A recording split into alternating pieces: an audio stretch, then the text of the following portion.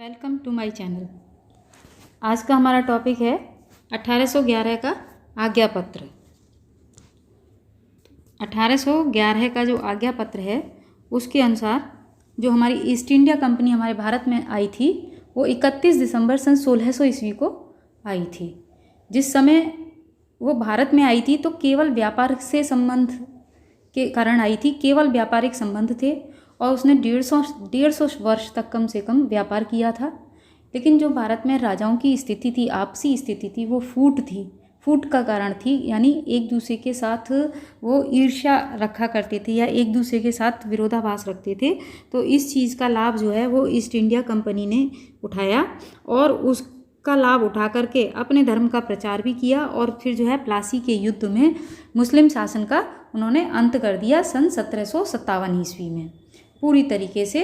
और उन्होंने अधिकार करने प्रारंभ कर दिए थे 1757 से। सबसे पहले 1765 में ही उन्होंने ये काम किया था। जो शाह आलम था बंगाल का शासक, उनसे क्या करा कि बंगाल, बिहार और उड़ीसा इसमें दीवानी प्राप्त की थी। शासक शाह आलम जो था 1765 में उससे दीवानी प्राप्त कर ली।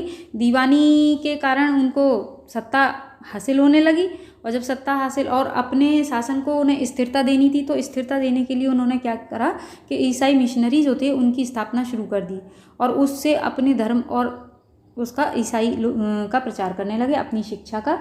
और उसमें उन्होंने शिक्षालयों की भी स्थापना की, जो शिक्षा के केंद्र थे, जिनमें से 4 तो बहुत ही प्रमुख थे। जो सबसे पहला कलकत्ता मदरसा था, जिसको इन्होंने मुस्लिमों के साथ मिल करके और इसकी स्थापना की थी सन 1781 में। उस समय में जो गवर्नर जनरल थे पहले वो थे वारेन हेस्टिंग्स। और है जो इस मदरसे में जो अध्ययन का समय था वो था 7 वर्ष का और अध्ययन की जो भाषा थी वो थी अरबी भाषा में इसमें शिक्षा ग्रहण की जाती थी। और जो पढ़ने वाले विषय थे वो दर्शन, व्याकरण, ज्योतिष, अंकगणित और मुस्लिम धर्म और उसके सिद्धांत, ये सारी चीज़ें उस कलकत्ता मदरसा में थी और मुस्लिम जनता को ही इसका श्रेय जाता है। इसके बाद सेकंड था बनारस संस्कृत विद्यालय। तो इसकी जो स्थापना की गई थी जो 1791 में की गई थी और राज्य के जो छठे रेजिडेंट थे जोनाथन डंकन, उनके द्वारा इसकी स्थापना की गई थी। और इसमें जो पढ़ने वाले विषय थे वो थे हिंदू धर्म था, दर्शन था, न्याय, कानून, गणित, इतिहास, ज्योतिष, तर्कशास्त्र और दर्शनशास्त्र। जिस तरीके से इसका नाम बनारस संस्कृत विद्यालय रखा था उसी तरीके से इसमें संस्कृत विद्यालय के अनुसार ही इसमें हिंदू धर्म और उससे संबंधित ज्ञान था। इसके बाद थर्ड था फोर्ट विलियम विद्यालय, जिसकी स्थापना सन 1800 ईस्वी में की गई थी और उस समय के जो गवर्नर थे जनरल लॉर्ड वेलेजली ने इसकी स्थापना की थी। और जो उस समय में जो गिलक्राइस्ट थे, डॉक्टर गिलक्राइस्ट, जिन्हें उर्दू का जन्मदाता माना जाता था, उन्होंने इस संस्थान में और 1804 से लेकर के 1820 तक प्रधानाध्यापक के पद पर कार्य किया था। और अध्यापक के रूप में भी डॉक्टर केरे थे, कोलब्रुक थे और पंडित ईश्वर चंद्र विद्यासागर भी इसमें अध्यापक रहे थे। चौथा था पूना संस्कृत विद्यालय था पूना का। इसका स्थापना समय जो था वो 1821 था और एल्फिंस्टन ने पेशवा के राज्य का अंत किया था। उस समय पे एल्फिंस्टन नामक शासक था अंग्रेज़ों का, तो उसने जो है पेशवा राज्य का अंत किया था और अंत करने के बाद में बम्बई प्रेसिडेंसी का गठन करा और गवर्नर बना। और गवर्नर बनने के बाद उसने ब्राह्मणों को संतुष्ट करने के लिए, ब्राह्मणों को अपने पक्ष में लेने के लिए पूना संस्कृत विद्यालय की स्थापना कराई थी। इन सभी घटनाओं के शैक्षिक घटनाएं जितनी थी तो इनमें सबसे बड़ी जो घटना थी वो हमारा 1813 का आज्ञा पत्र थी। 13 का आज्ञा पत्र जानने से पहले इन चीज़ों की जानकारी भी आवश्यक थी, जिसकी वजह से हमने आपको ये सारी चीज़ें बताई। तो ये जो आज्ञा पत्र था ईस्ट इंडिया कंपनी के समय में हर 20 वर्ष बाद, और जो शिक्षा जगत का जो आज्ञा पत्र या जो भी नियम कानून बनाया जाता था उसको हर 20 वर्ष बाद नवीनीकरण किया जाता था और नवीनीकरण के लिए वो ब्रिटिश पार्लियामेंट में जाया करता था। तो जब ये आज्ञा पत्र प्रस्तुत किया 20 वर्ष बाद, तो उसमें एक धारा जोड़ी गई जो 43वीं धारा है, जिसमें जो शिक्षा का सारा दायित्व था वो कंपनी पर डाला गया था और उसका प्रसार करने के उद्देश्य से और साहित्य का पुनरुद्धार और उन्नति के उद्देश्य से और दूसरे भारतीय विद्वानों को प्रोत्साहित करने के लिए जो उन्होंने राशि रखी गई थी वो 1 लाख रुपए की धनराशि अलग से रखी गई थी जो शिक्षा पर खर्च की जानी थी। तो लेकिन जो अधिकारी थे, अधिकारियों के जो क्रम थे, उनमें आपस में विवाद खड़ा हो गया। अधिकारियों में ही विवाद खड़ा हो गया कि आखिर इस जो धनराशि है इसको हम कहाँ खर्च करें, किस तरीके की शिक्षा पर खर्च करें, पुरानी शिक्षा पर खर्च करें या नई शिक्षा पर, यानी प्राचीन शिक्षा पर या फिर अंग्रेजी शिक्षा पर इसको खर्च किया जाए। और ये विवाद 1834 तक चलता रहा और इसे फिर प्राच्य पाश्चात्य विवाद कहा गया। और इसके समाप्त करने के लिए एक लोक शिक्षा समिति का गठन किया गया, उसमें कुछ मंत्री स्थापित किए गए और उसके बाद में जो ये विवाद था वो समिति के मंत्रियों ने सन 1835 में बेंटिक के समक्ष, जो उस समय का वो था लॉर्ड था या गवर्नर था, लॉर्ड विलियम बेंटिक, उसके समक्ष प्रस्तुत किया था। अब ये विवाद क्या था ये भी जानकारी होनी आवश्यक है। तो 1813 में जो आज्ञा पत्र आया उसमें 43वीं धारा के अनुसार शिक्षा का दायित्व कंपनी को सौंपा और कंपनी को शिक्षा पर कम से कम 1 लाख रुपए धनराशि खर्च करने की परमिशन दी गई थी। लेकिन ये राशि पूर्व शिक्षा पर खर्च किया या पाश्चात्य शिक्षा पर, ये चीज़ें स्पष्ट नहीं थी। तो कर्मचारियों में विवाद उत्पन्न हो गया। विवाद का मुख्य कारण ये 43वीं धारा में प्रयुक्त 2 ही शब्द थे, केवल 2 शब्द ऐसे थे जिसकी वजह से ये विवाद हुआ था। एक शब्द था साहित्य और जो है भारतीय विज्ञान, ये शब्द थे, साहित्य था और भारतीय विज्ञान था।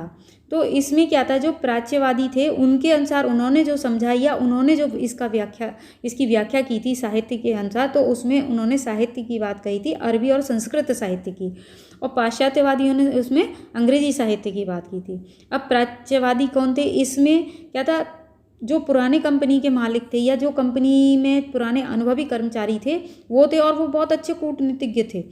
उन्होंने जो उस समय में माहौल देखा था या जो भी चीज़ें देखी थी, तो उन्होंने यही महसूस किया था कि जो भारतीय हैं उनको अगर हम विभाजित कर दें एक दूसरे के साथ में तो हम उन पर शासन आसानी से कर सकते हैं।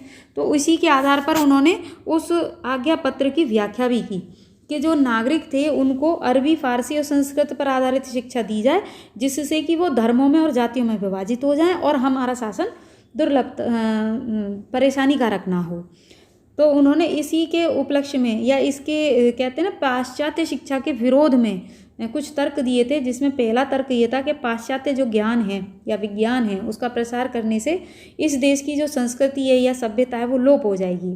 यानी कुल मिला के कुछ तो वो देश के हित की तो बात थी, लेकिन उन लोगों को अपने उसमें करने के लिए, लोगों को भड़काने के लिए उन्होंने इन बातों का प्रसार किया था कि विज्ञान और ज्ञान अगर हम पाश्चात्य वाली करेंगे तो वो हमारे इस संस्कृति, इस देश की जो संस्कृति है वो सभ्यता विलुप्त हो जाएगी, और अंग्रेजी को अगर प्रोत्साहित करेंगे तो जो भारतीय साहित्य है जो बहुत समय का है, बहुत युगों से संचित किया गया है, वो भी समाप्त हो जाएगा।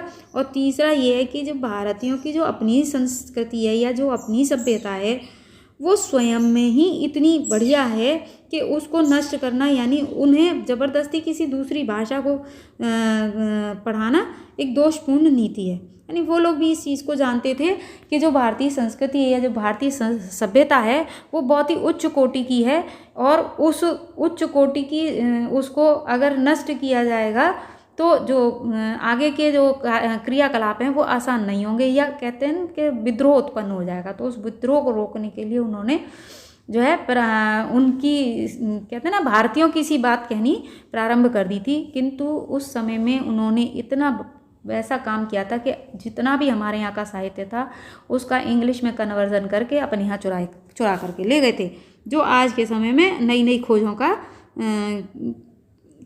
की आधारशिला बन रही हैं।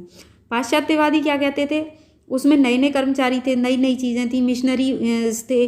तो जो मिशनरी थे वो पूरे विश्व में फैले हुए थे और उनका कोई एक निश्चित संगठन नहीं था, लेकिन वो ये चाहते थे कि हमारे मिशनरियों का ही प्रचार हो। तो उन्होंने प्राच्यवादी नीति को बिल्कुल बहुत बुरी तरीके से विरोध में रखा और जो उनके अनुसार थी कि जो प्राचीन परंपरा थी शिक्षा की वो बिल्कुल मर चुकी है या मरने वाली है, तो उसे पुनः जीवन ना दे करके नई भाषा और नई साहित्य से उनको जोड़ना चाहिए।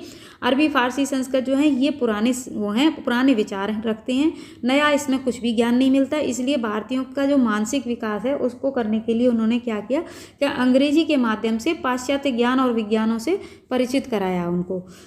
तो पाश्चात्यवादियों ने यूरोपीय ज्ञान और विज्ञानों का समर्थन जो किया था वो निस्वार्थ भावना से नहीं किया था, बल्कि उन्होंने अपने हित को सोचते हुए किया था। एक तो उनके मिशनरीज का जो है प्रभुत्व होता, प्रसार प्रसार होता, और जो हिंदुस्तानी थे वो अपनी जो है अपनी संस्कृति को भूल जाते और नई संस्कृति में आ जाते। और उन्होंने इस चीज़ का भी क्यों सोचा, वो इसलिए कि उन्हें पढ़े लिखे अंग्रेजी जानने वाले बाबू लोगों की आवश्यकता थी।